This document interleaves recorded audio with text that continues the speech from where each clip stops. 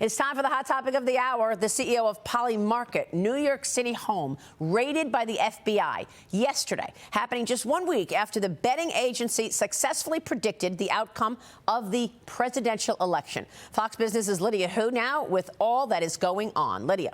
Yeah, good morning there, Maria. This happened yesterday morning. The FBI raided the Manhattan home of 26-year-old Polymarket CEO Shayne Coplan, taking his cell phone and electronic devices from his apartment.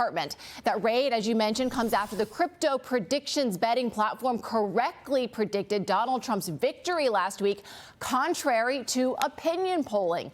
A spokesperson for the company called the raid, quote, obvious political retribution by the outgoing administration. And Coplan, the CEO, added this in an X post for himself, quote, it's discouraging that the current administration would seek a last-ditch effort to go after companies they deem to be associated with political opponents. The incumbents should do some self-reflection and recognize that taking a more pro-business, pro-startup approach may be what would have changed their fate this election. Now, the FBI and DOJ did not immediately respond to our request for comments, but the agencies are reportedly investigating Polymarket for allegedly accepting trades from U.S.-based users. As you know, election betting was legalized in the U.S. just this year by a court ruling, but Polymarket is not licensed with the Commodities Futures Trading Commission. The platform is not supposed to be available in the U.S., according to a settlement it reached with the government 2 years ago. But Polymarket gained a lot of attention in this election cycle. Around $3.5 billion were wagered on the presidential election. And Maria, it also got the platform investment from Republican billionaire Peter Thiel, who supported Trump back in 2016 and has also mentored J.D. Vance. Now, since the election, questions have been raised about some of the betting activity on Polymarket. One anonymous user reportedly cashed in huge over Trump's victory. He was known as the Trump whale and reportedly made a profit of $85 million by betting Trump would win both the presidency and the popular vote. The company says that he is a French national. Maria. All right, Lydia, thanks very much.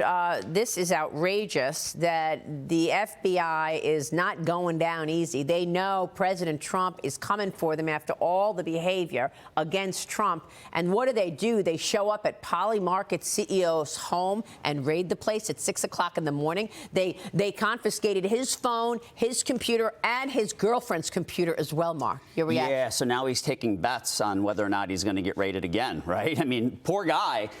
They did nothing wrong. I mean, they accurately showed that the money, the smart money, was on President Trump. I can almost guarantee that if Kamala Harris won the election, there would have been no raid. Yeah. Right. And in this whole concept of U.S.-based voters placing bets, anyone can do that using a VPN. It's going to happen, right? I mean, and that has nothing to do with the way Polymarket is run. That is people who are trying to beat the system and they go around. So, you know, whether or not that happened is a completely different question, but it has nothing to do with the owner of Polymarket running a clean and ethical business. There are other prediction sites. Were they raided? Why Polymarket? And it also strikes me as alarming. We're talking about 28 FBI agents show up at this person's door at 6 o'clock in the morning, and we're talking about a business that's being, and they're questioning whether or not the business did business in the United States. Like, is that normal? Is that what happens when people are questioning somebody's business practices, that you have 28 FBI agents show up, guns blazing, while you're sleeping? Total intimidation. It's one thing to show up during working hours and say we're concerned about business practice or question them, but this is a extreme reaction that you can't help but wonder what's going on there. Well, I'll tell you one thing. It confirms the speculation that the DOJ and the FBI are running scared of Donald Trump coming back to the White House, and it's because they know what they've done to him. Yes. Beginning with the Russia collusion lie, to the impeachments when they were sitting on Hunter Biden's laptop, to the indictments. And the list is long. They know what they've done to him. They know he's going to try to see some accountability. And that's what's behind his nomination of Matt Gaetz. He's a bulldog, and Trump wants a bulldog. Yes, he wants someone to basically clean house and put these, agencies in their place. And it does look like political retaliation. I mean, even Nate Silver, who's an elections forecasting expert, as we know, is an advisor to Polymarket. And he's often said that these betting markets really democratize election information for voters.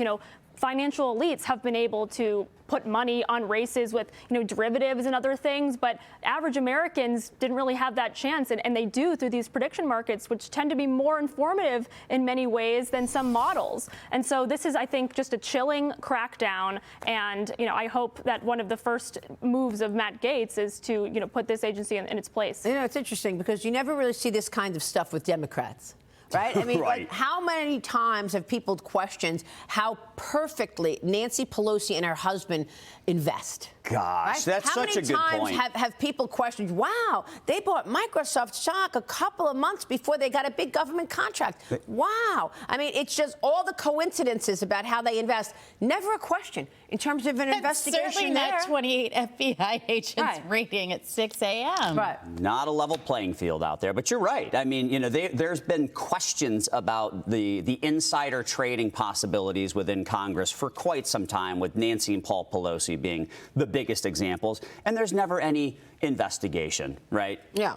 But now we've got the founder and CEO of Polymarket waking up to 28 FBI agents behind his door, guns blazing. And let's just be clear, no charges. There were Yeah. no charges dropped. So we'll see if there are any charges. We should have known this would happen out of this administration when they wanted to hire 80,000 new IRS Yeah. agents Yeah. and arm them. You're going to arm accountants? Wow. Like, Wow. what? We are just getting started this hour. We've got